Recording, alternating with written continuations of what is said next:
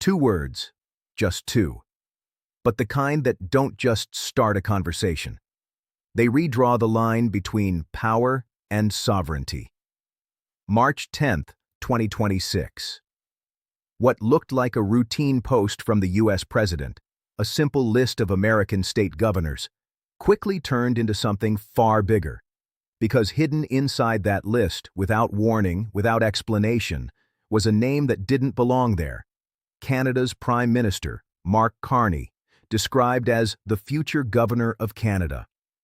No headline, no clarification, no follow-up, just dropped into the middle of an otherwise ordinary message, as casually as if it meant nothing.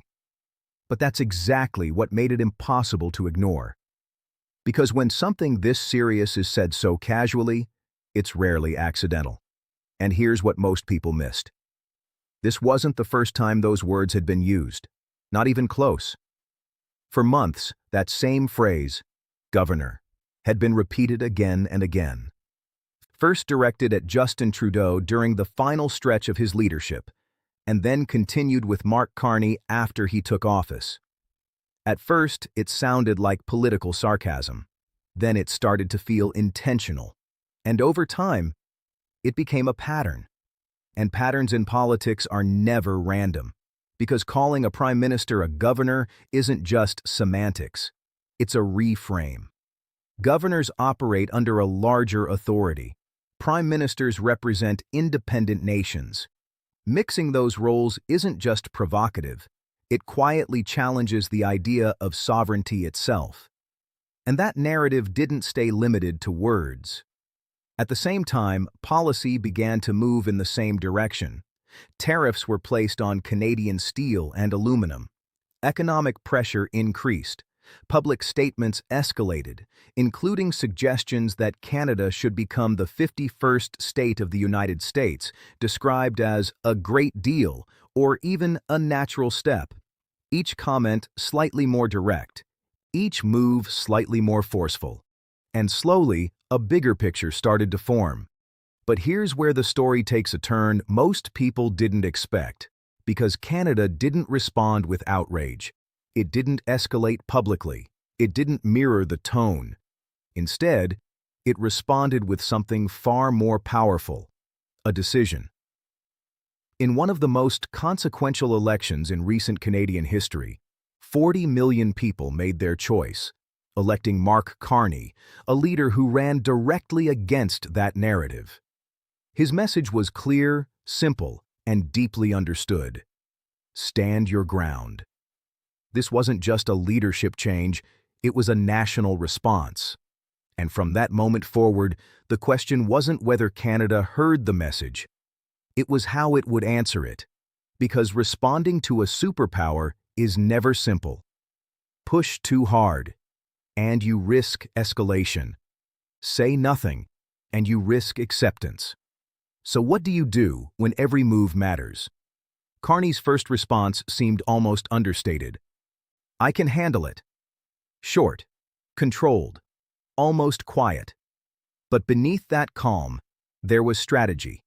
Because the real response didn't come immediately. It came at the right moment. When the statement was made that Canada lives because of the United States, Carney didn't react in real time. He didn't fire back online. He waited, returned home, and then delivered a statement that shifted the entire tone of the conversation. Canada thrives because we are Canadian. This is our country. That wasn't just a reply. It was a reset. Because it didn't argue. It didn't escalate. It redefined the narrative, calmly, but firmly. And then, the real moves began. Just 2 days after that controversial post, Canada announced a $35 billion Arctic defense plan, one of the most significant military investments in its modern history.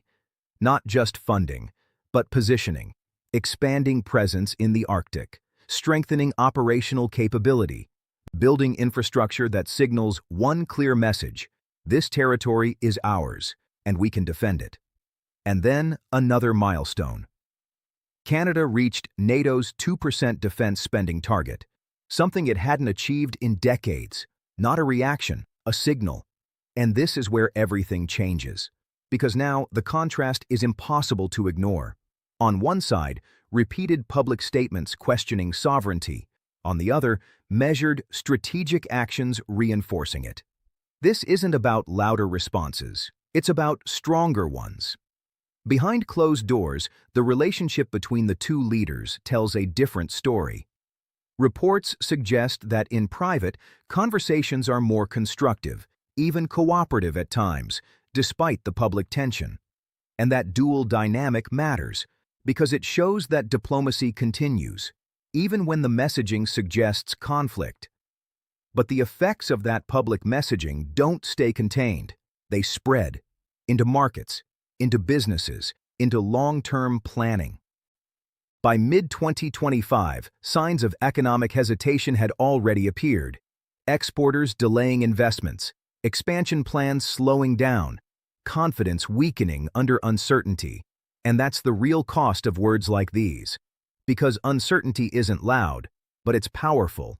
It shapes decisions quietly, but consistently, which makes the response even more critical.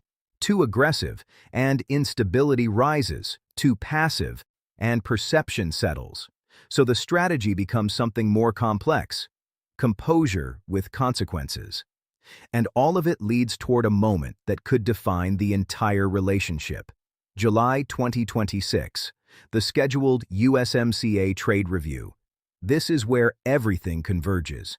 Because rhetoric doesn't stay rhetorical forever. At some point, it enters negotiation rooms. It shapes expectations. It influences leverage. And if one side walks in viewing the other as subordinate, the entire structure of the conversation changes before it even begins. But Canada is not walking in the same way it did before. Over the past year, it has been quietly repositioning itself. Expanding trade ties across multiple continents, strengthening global alliances, securing major investment commitments, reinforcing its role within NATO. None of this removes the deep economic connection between Canada and the United States, but it changes something just as important: options. And in global politics, options create power, which means this story was never just about a phrase. It was about perception, influence, strategy, about how one country tests boundaries and how another responds without breaking them. Because sometimes the most defining moments don't begin with actions. They begin with words that seem small, but carry consequences far beyond what anyone expects. And when the next phase unfolds, it won't just be about what was said. It will be about what was built in response. If you want to understand these shifts before they become headlines and see the strategy behind the statements, subscribe now to Foxy Global News, because the real story is never just what's said, it's what it leads to.